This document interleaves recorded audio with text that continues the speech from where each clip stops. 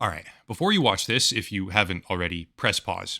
What I'm discussing today is predicated on ex-employee testimony from a man named Jake Weddle, who worked at MrBeast in 2019 and 2020, who has just now done a public interview about his experiences at the company, posted by Dogpack 404. I'm going to link to both of their channels down below in the description, as well as that newest video, and I encourage everyone to go watch it. It's pretty powerful stuff. It contains a lot of very serious allegations, and it's the basis for what I want to focus on right now, so it's a good thing to go watch that before you click resume. I'll do a short summary, of course, but that video has vocalized a few things that really need to be seen in proper context. So again, there's a new video from Dogpack 404 interviewing former MrBeast employee Jake Weddle, and it deserves to be seen. Okay, assuming that all of you watching here forward have seen that video, I'm going to go out on a limb here and also assume that you'll fully understand why my tone is about to shift. The stuff that this company has done is disgusting. And I'm starting to hold a personal belief here that some degree of complicity is flat out required. Otherwise, we would never actually be in this horrible situation. I'll do a short form summary here for those that need it, but I can't state this firmly enough. You need to watch the actual interview. It's rather emotional at times. It contains testimony that until now never received proper attention, and it raises serious questions about ethics and behavior. But yeah, here's a quick summary. Jake Weddle is a former MrBeast crew member and camera personality who participated in multiple skits and videos about 4 to 5 years ago. His role was somewhat secondary, taking part in pranks or challenges where he would directly fake his reactions and play into the jokes as best he could. But it wasn't until after he was let go from the company, let go because he attempted to negotiate better pay and benefits for himself and one other employee, that things got really bad. Jake was offered an opportunity that they pitched to him as some sort of easygoing luxury vacation type challenge where he would be spending 100 days in isolation. He was told they needed roughly 30 days to actually make the video, 30 days of footage, and he was chosen because he remained on relatively good standing with the company after departure. That's the game, by the way. Play nice, and maybe Jimmy gives you a chance to dance for the camera and shove a little money up your asshole, but this challenge went decidedly horribly wrong. The video itself never got released because the conditions they subjected him to were inhumane. For the sake of content, they put this man in a room with an ice cream machine and a hot tub and fluorescent lights with fresh paint, but they never turned the lights off. Never. The ice cream machine would either bombard him with never-ending noise or assault his sense of smell with mildew and dairy mold, while the hot tub began to stink very quickly because it was never hooked up to a proper filtration system. Small complaints, you might say. Some of you definitely will say that in the comment section, but when losing access to the sun, Jake lost access to his circadian rhythm. He experienced acute insomnia, which may even be the root cause for future insomnia that he then experienced, and with no access to clocks, he became the guy in the cage for content, where Jimmy would occasionally drop by and ask him to say things like, "Thank you for the money, now I can pay my student loans," so he would appear more grateful for the camera. There's a lot of very, very personal testimony he gives, and honestly, I just wouldn't do it justice by summarizing, but the end result is that he would face a tremendous amount of pressure to conform. MrBeast was spending a ridiculous amount of money on the set, he was spending a ridiculous amount of money on the equipment and the labor, all for the sake of a video, which would recoup those losses if it was entertaining enough, thereby leaving Jake as the one very human keystone point of failure in the media machine. The pressure to conform was palpable, even to a point where he was told that one of the smaller challenges was running a literal marathon on a treadmill, and he tried, to the detriment of his own body. What resulted is quite honestly tragic, but again, you should hear these things from him, not some other YouTuber summary. His testimony speaks to something a lot of us already felt in our bones. We just didn't have the evidence of it. MrBeast, in my opinion, is ruthlessly exploitative. But towards the end of the video, we get something else, something alarming, and something that happens to synchronize in one of the worst ways possible with prior revelations about Beast employee behavior. Jake Weddle, when asked about .pdf files at the company, if you know what I mean, disclosed that a staff member named Delaware was actually a convicted... I'm not actually going to say it. I'll just show it on screen. The victim was between 1 and 11 years old. This is where it gets tricky. My role here is not to witch hunt a specific employee of MrBeast who may not even work at the company anymore, though his address is still listed as Greenville, North Carolina in the registry, which is also where Beast Holdings LLC is located.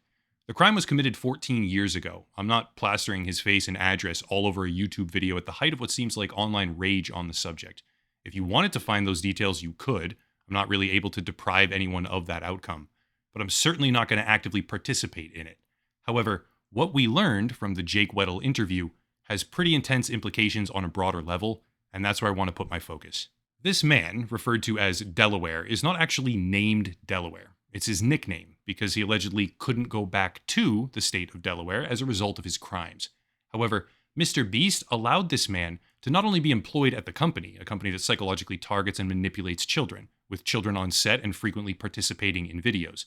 He also allowed this man to compete in challenges while wearing a mask, as they gave him a new nickname, or should I say alias, Zorro. Bear with me. During the I spent 24 hours straight in insane asylum video, in which mrbeast did not spend 24 hours in any such thing himself, Zorro is a main contestant. However, at 9 minutes and 12 seconds, mrbeast himself states, "Don't touch Delaware's cracker," during one of the joking meals that they were given. He's after my hungry. Don't touch Delaware's cracker. Don't touch Delaware's cracker. That simple, innocuous slip presents a very big problem. If Jake Weddle's testimony is accurate, which I believe it is, having compared the height of Delaware, or Zorro, to that of Chandler, as well as eye color, hair color, weight, facial features, etc., it all checks out. If Jake Weddle's testimony is accurate, it means that not only was there a convicted offender working at mrbeast, convicted of explicit acts with a victim under the age of 11, by the way, but his nickname was the state in which those crimes occurred, which mrbeast himself openly used, simultaneously allowing him to compete in challenges with a mask on, presumably to hide his identity, under yet another alias, seemingly to obfuscate who he was. See the problem? It's a complicated situation, but I want to make something very clear. I am not the arbiter of who should and shouldn't be allowed to find work or employment. I don't know the full extent of the situation, but I don't think that someone with a known and joked about criminal past of that nature should be a notable person of authority and influence on a YouTube channel with tens of millions of underage followers at the time, that targets and psychologically exploits children deliberately as their primary audience demographic. That seems like a bad fit. And I felt kind of bad, so I invited them to our warehouse, and surprisingly, they followed me. Don't follow strangers, kids. Just to emphasize this, working at mrbeast makes you a celebrity to children. You have fans, underage fans, by nature of the very job itself, especially if you participate on camera. Delaware participated on camera, and this is where we need to connect the dots and use our context adult brains, because this no longer appears, in my opinion, to be a simple case where the employer has no idea about the background of the employee and therefore can't really be held accountable for them as a proxy. Combine all of that with a propensity for the secret deletion of evidence, combine it with the Ava Chris Tyson scandal, combine it with everything else we've come to understand over the past few weeks, and I see something that is quite frankly horrifying. Circling back to my original point, if the world's largest influencer, he wasn't the largest at the time of all this, I suppose, but still tens of millions of followers and viral content every single time he posted.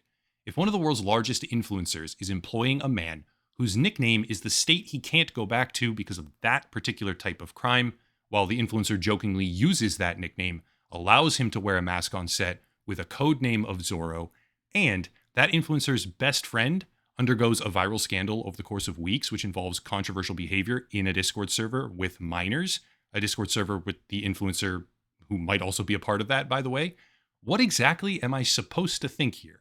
What is a reasonable conclusion to draw? I've heard from a source that I have not verified completely as of just yet, full disclosure, claiming that mrbeast is directly hiring private investigators to find dirt on the people criticizing him. And while that's mostly relegated to a few central figures, he's allegedly doing this for the purpose of character assassination. If we start seeing crazy stuff come out now about everyone out there who's calling his media empire into question, well, in my mind, that'd be pretty telling, because so far the avenue available to him, the avenue where he just fucking apologizes and makes meaningful changes to the predatory structure of his company, seems to be the only avenue he's completely unwilling to go down. In Dogpack 404's video interviewing Jake Weddle, he read a particular paragraph from a document called How to Succeed in mrbeast Productions, titled No Does Not Mean No, which is a wild thing to have as corporate policy, emphasizing the intense pressure that contestants like Weddle would be subjected to routinely, and how the company chooses to build its own atmosphere. However, having been given access to that document for myself, I wanted to read a different paragraph. Quote, "Own your mistakes. I hate excuses and I despise with my entire soul when people just try to save face instead of learn from how they messed up. Mistakes are okay. Genuinely they are, and I expect you to make a lot. That's perfectly fine. Every veteran here has cost me $1 million at one point or another, and you can go ask them yourself if I ever held it over their heads. The reason I'm okay with mess-ups is because I know that's how you learn. I see it as me investing in you and your brain, hence why I have zero tolerance for C players, and they must go immediately. Those mess-ups could be done by an A player that will retain the information learned. I just beg you that you learn from every mistake and try not to repeat it. That's when it gets annoying. I've never, ever, ever once fired someone on the spot for messing up. You have nothing to be afraid of. Own stuff so we can address how to fix it and then move on. End quote. Those appear to be the words of Jimmy Donaldson, Mr. Beast himself, and I think it's more than fair to say them back to him now. Own your mistakes. Despising with your entire soul when people just try to save face instead of learning from how they messed up is fundamentally incompatible with the mass deletion of evidence regarding alleged illegal lottery streams, which the MrBeast social media team appears to be actively doing right now. Owning your mistakes does not mean manipulation of footage or lying about the competitive nature of your videos, and it certainly doesn't mean obfuscating the identity of a convicted registry offender so that they can work for a child-focused media company. The document contains very strong words from leadership, and I would hope that leadership can also abide by them. Own it. End of the day, I don't know where it all leads because the snowball isn't done rolling yet. There's more, not from me, mind you, more from the veritable army of non-disclosure-bound employees who up till now played nice for the sake of protecting their careers. YouTube's golden boy got very big and very powerful, but that only works when the armor you build is impenetrable. And right now, there is stuff piercing the armor. Again, me personally, I have a very small part to play here. I watch, I summarize, and I offer opinions on the much appreciated bravery of company whistleblowers who are taking it upon themselves to expose and potentially dismantle the predatory media empire of the world's largest influencer. It's a heck of a story so far, and it's a heck of a story going forward. I guess we'll find out where it all leads. Do make sure to check out Jake Weddle, the original Dogpack video, and subscribe to both of them as well, but for right now, that's it. If you want to support the channel, check out the links down below. A special VPN deal, big discount there, merchandise, Patreon and locals, monthly memberships, and more, but I'll cut it there and stop rambling. As always, thank you all for watching, question everything, and have a nice night.